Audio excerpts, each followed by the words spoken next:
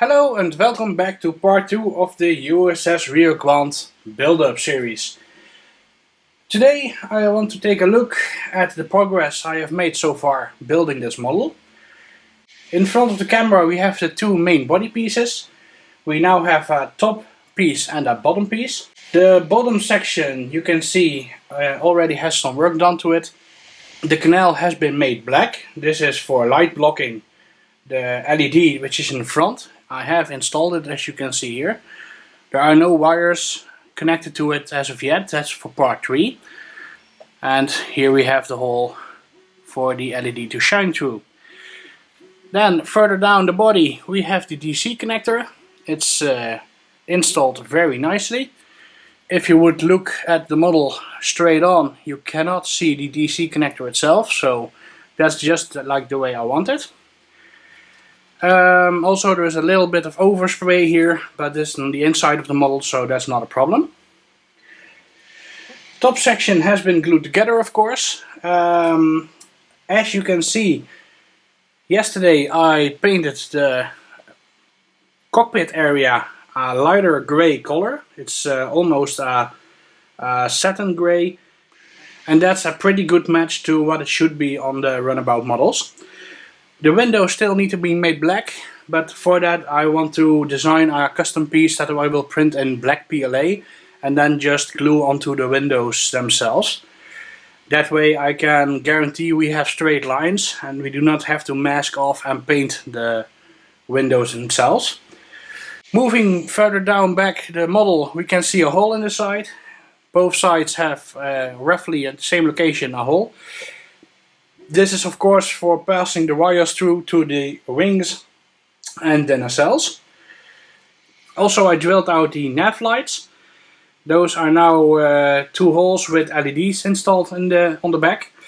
So turning the model over, we can see, hopefully we can see, it's a little bit dark in here. But I have installed the red and the green LED. Also wires still need to be connected to them, of course.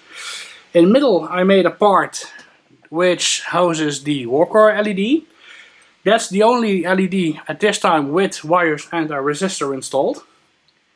And in the front we have the second beacon, and that should work fine. Yeah, as you can see, the model has been glued together with CA glue and it's pretty strong, so I do not suspect any problems there. Taking a look at the impulse engines, we can see I already did some work installing the LEDs in them. The wires still need to be trimmed, of course, but as you can see they fit nicely through the holes I made for them. This is a custom piece. I designed it in Fusion 360 and it's for making it easier to mount the LEDs. In the front we can see I printed a clear piece for the impulse intake. This allows me to get almost the same pattern as the original. Behind it we have some plastic from a milk carton. It's to diffuse the light from the 2 LEDs, because otherwise you would get 2 very sharp points of yellow light and that would not look nice. On the back we have one red LED, and also I put some milk carton plastic there so it would diffuse the light and also close up the back. Because these also have wires, we can take a look at how the lighting will work, but we will do that in a few minutes. Putting the impulse engines away, we turn our attention to the nacelle. Here we can see a nacelle that has already been temporarily assembled. Red Bussard collector.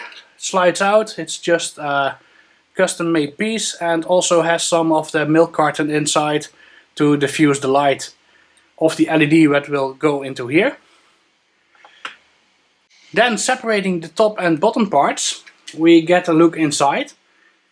As you can see, I drilled out the hole for the nav light and also I drilled out the hole for the collision beacon. And as you can see here we have the chiller grills, which are a nice and tight fit. but do not have to be glued in place. they just slot into the space, and then putting the halves together, we can use some CA glue on the back and on the front, and then it will be clamped down. This is the underside. The underside I altered in Fusion 360, in which I designed this part firstly. And I added some ridges to the landing pads. Those make it a lot more like the pictures I found on the internet, and also make it a lot more interesting to look at the mirror in the base that I plan. So I'm very happy about that. Taking a closer look on the top of the nacelle, we are going to need to install some LEDs in this, of course. The whole installation process will be detailed in part 3 of this build series, but I can already give a little hint about how I will be doing this. This is a piece of perf board, or circuit board, if you will.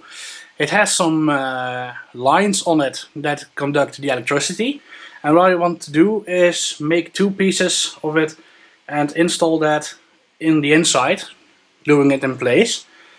That way I can, without wires, get power to the front and back sections, and that way I will not obstruct the view from the LEDs from the sides. But as I said, more on that in part 3 of this build series, so we will get back to that in a few days. Having put the nacelle back together, we obviously see that we are missing still one hole. It's about here, and what we need to do is drill a few holes in them to let the wires from the wings go through. The reason I did not model that into the Fusion 360 file is because I do not exactly know where the wires will be when installing them into the wings. So that's why I will be doing that manually by just drilling it out. And the easiest way to do that is to drill that from the back side just through, and then it will be hidden by the corresponding wing, which will of course attach with CA glue about in this position. And then looking at the back, we can see that we have a nice little space for the wires to go through while they are hidden. That's all for the parts we have, but luckily that's not all. Today the mirror plate and the transparent plexiglass plate came in that I will be using for the base of this model.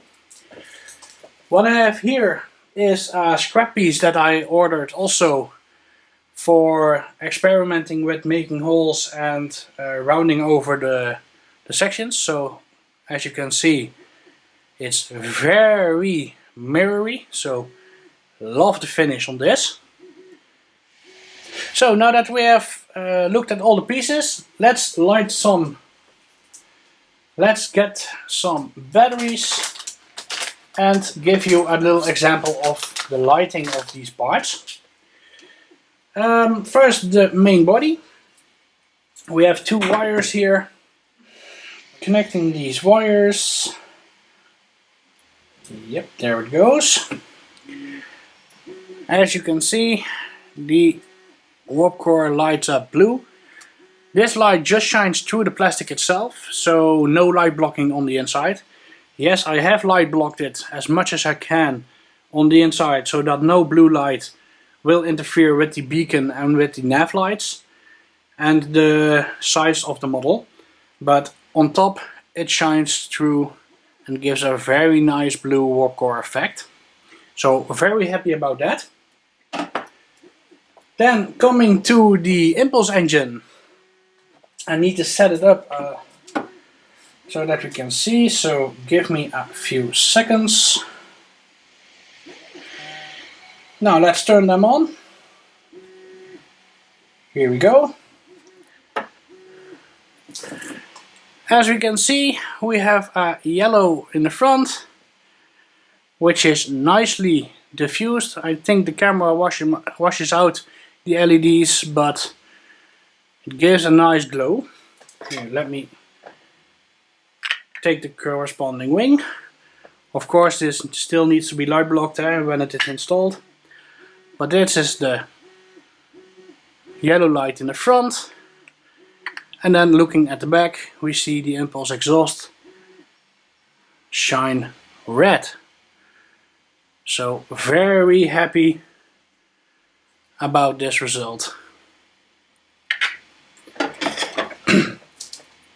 Those are all the lights that I have installed as of now.